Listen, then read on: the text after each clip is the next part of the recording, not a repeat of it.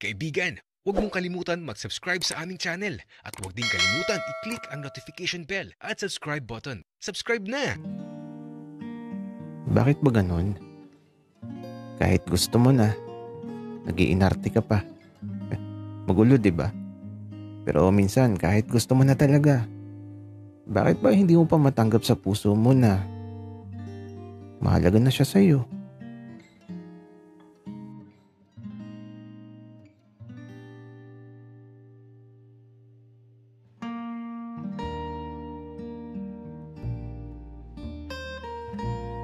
Nakakainis si Emon. Kinagat ako sa likod. Ang sakit eh. Kaya yun, pinauwi ko na. Binibiro ko lang naman. Kaso umalis. Iniwan talaga ako. Kaya naman sinundan ko.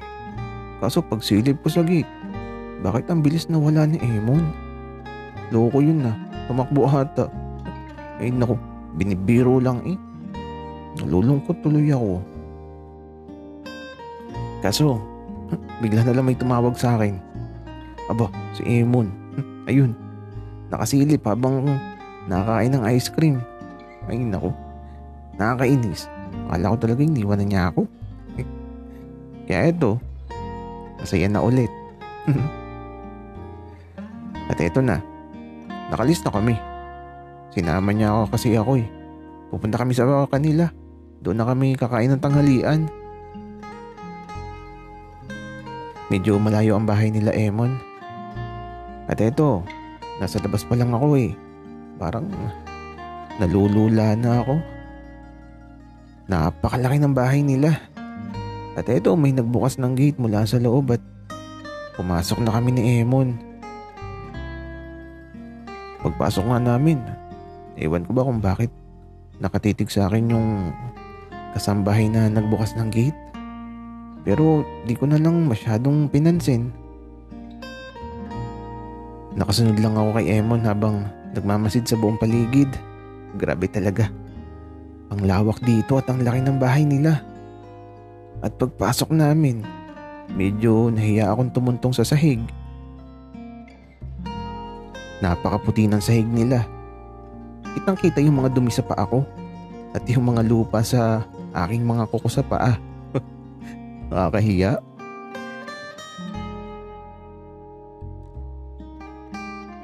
Yaya, pagluto mo naman kami ng pinakamasarap. Wika ni Emon dun sa isang kasambahay. Ay nako sir, mukhang magandang araw mo. Pero sige, magluluto na muna ako sir. Wika nung yaya niya. Karding, okay ka lang? Wika ni Emon. Oo, okay naman ako. Wika ko naman. Tara, maupo na muna tayo dun sa sofa. Wika ni Emon.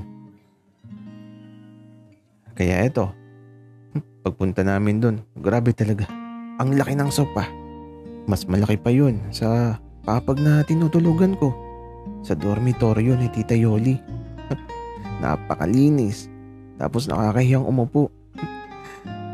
Napakayaman pala talaga ni Emon. Ang swerte niya. Kaya ito, naupo na ako. Tapos may tinawag pa siyang isang kasambahay. At paglapit ng isang kasambahay na yun, ate, alam mo na. Wika ni Emon.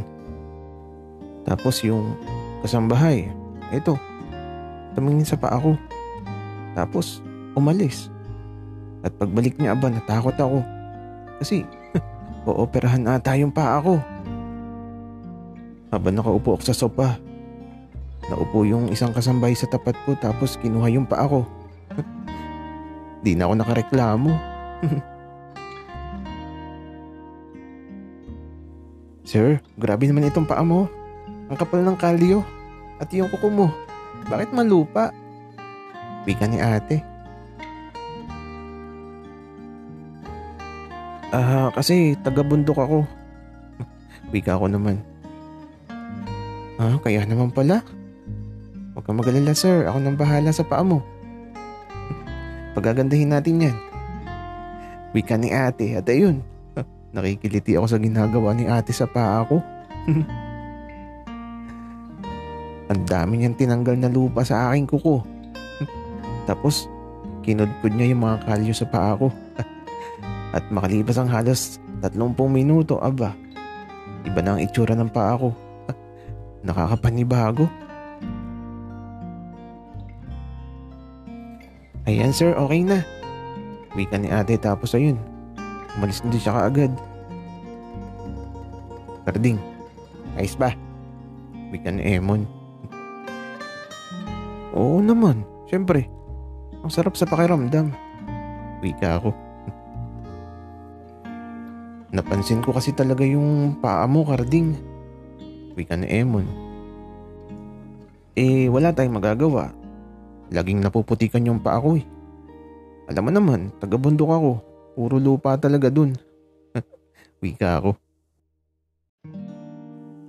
Karding, basta sasama mo ako dun ha. Gusto ko talaga maranasan ng sumakay sa kabayo. Tapos mangahoy at magluto sa mausok na kalan. Wika ni Emon.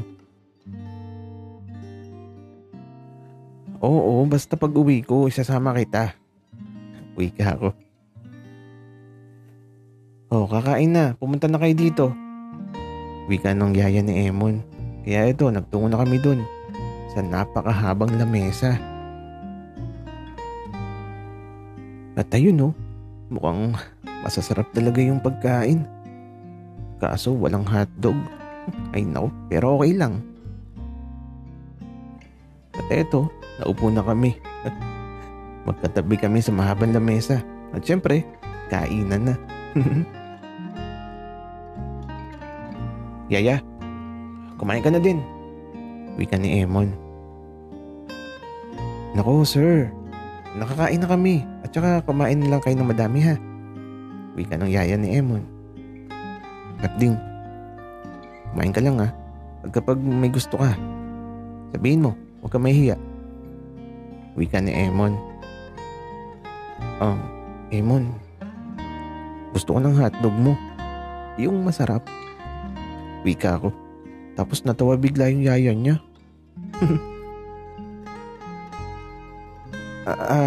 Yaya, magluto ka nga ng hotdog, yung pinakamasarap ah. Wika naman Emon. Yun no. Excited na ako matikman ng pinakamasarap na hotdog na yan. Wika ko. Uy, Karding, yung niluluto ni Yaya, pinakamasarap. Pero alam mo ba, may mas pinakamasarap pa doon sa hotdog na yon.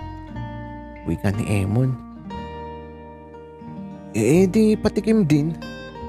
Wika ako. Gumiti lang sa Emon tapos ewan ko ba. Pero yung mga ngiti niya, parang kakaiba. Eto na, ang pinakamasarap na hotdog. Wika ng yaya ni Emon. Kaya ito, pagkababa ng hotdog sa lamesa. Haba, nakakagulat. Kakaiba talaga.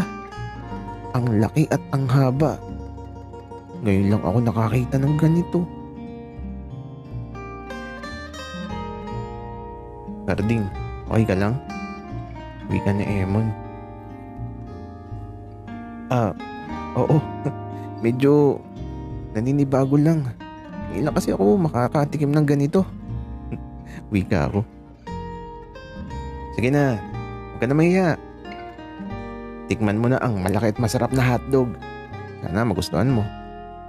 Wika ni Emon. Kaya naman ito. Tinikman ko na. At sa unang kagat pa lang, nakapapikit na lang talaga ang aking mga mata. Parang maluluha ako sa sarap. Kasi hindi siya lasang harina. Basta, sobrang sarap. At pagmulat po ng mga mata ko, ewan ko ba, napayakap na lang ako kay Emon.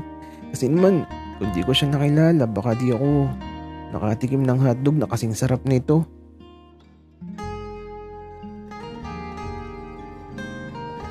Karding, okay ka lang? Wika ni Emon. Oo, sorry na. Nasarapan lang ako. Wika ako. Sabi ko naman sa'yo, masarap eh. Tara na, kumain na tayong diretso. Tapos, maligo tayo sa pool. Tapos dito ka na matulog mamaya. Wika ni Emon.